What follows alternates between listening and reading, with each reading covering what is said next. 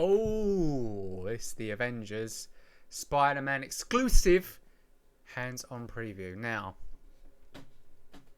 I have watched this, I'll be honest. I'll tell you what I think after.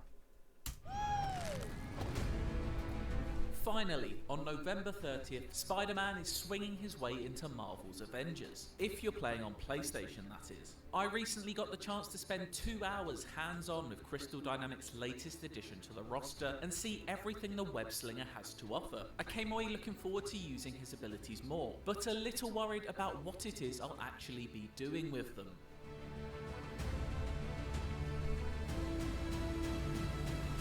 Quick note here before we get going that all the footage you're seeing here has been provided by the developers and not captured by us, so may not illustrate exactly what I'm going to be describing here. Peter Parker's introduction to Avengers is slightly different to previous DLC characters. Called a hero event instead of an operation, Spidey doesn't have any of his own story missions, but instead feels more No story. Okay. into a character It's fine. joining a hero shooter That's fine. roster. As with every other Avenger, Spider-Man comes complete with his own unique moveset and slots right into the frantic action. Nice moves. I like the moves.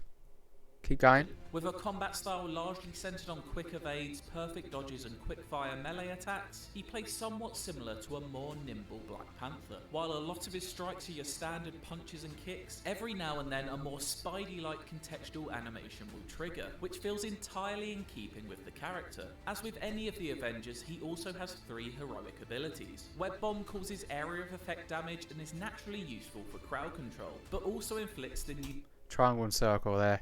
Classic. web status effect So onto classic. enemies. Once that status effect bar is full, I must admit, he looks good. What he's wearing looks good. I like that. Must admit.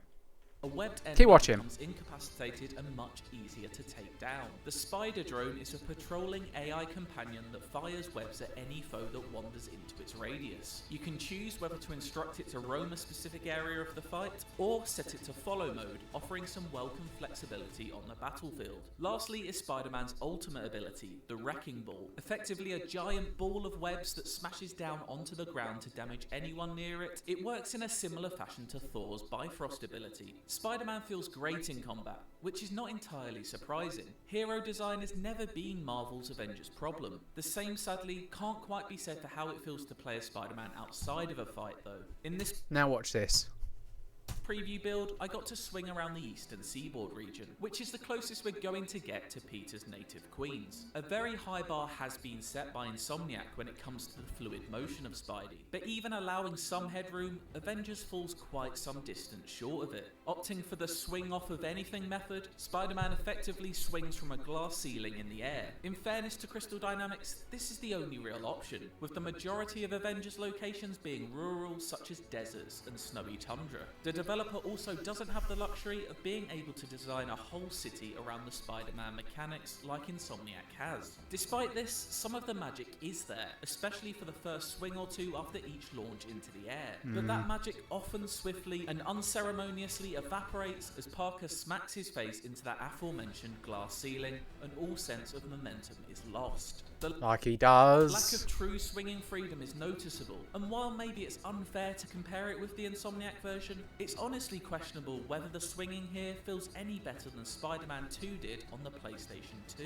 All illusions are Which broken was a good game.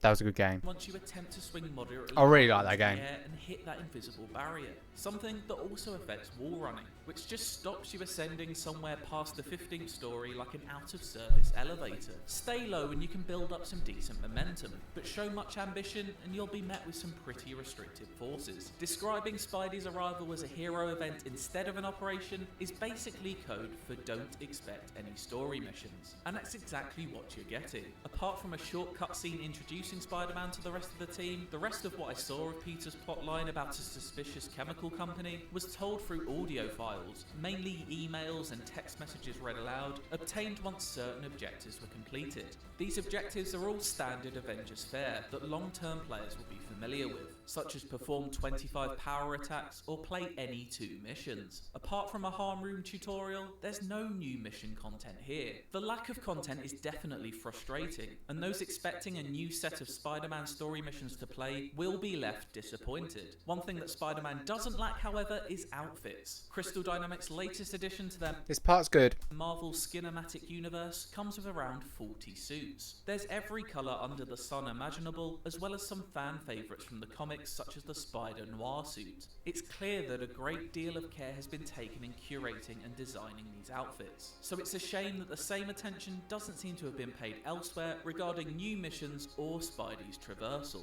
Spider-Man has been a long time coming to Marvel's Avengers, and while it does remain to be seen whether the wait has been Long time coming, in fact. worth it, for the moment, his addition feels more like a promise fulfilled through gritted teeth rather than one delivered with a smile. For more Spider-Man in Avengers, why not check out the latest trailer, and for everything else, stick with IGN.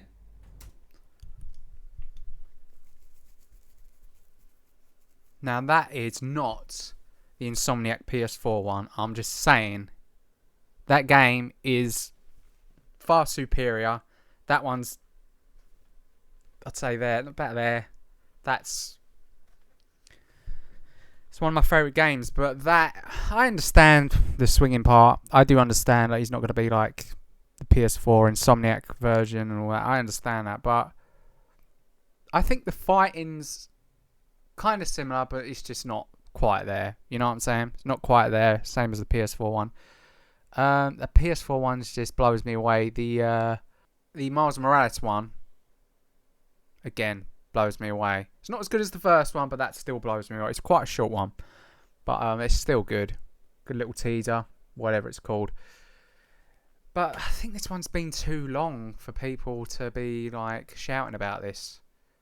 No one's going to be shouting about this. It's going to come out and people are going to go, oh, okay, I'm going to buy it because I like the game. I enjoy the grind. I like a nice grind, but I don't know, playing it long term, I just don't think it's for me, man. I don't think this one's for me. But I will look forward to it. I'm glad it's coming out for the PS4 because PS4 has not been the greatest for me this generation. But I'm glad it's coming. I'm glad it's coming. But yeah, I'll give you a gameplay when it comes out, whenever that is. I don't really know when it comes out. But anyways, guys, till next time, peace.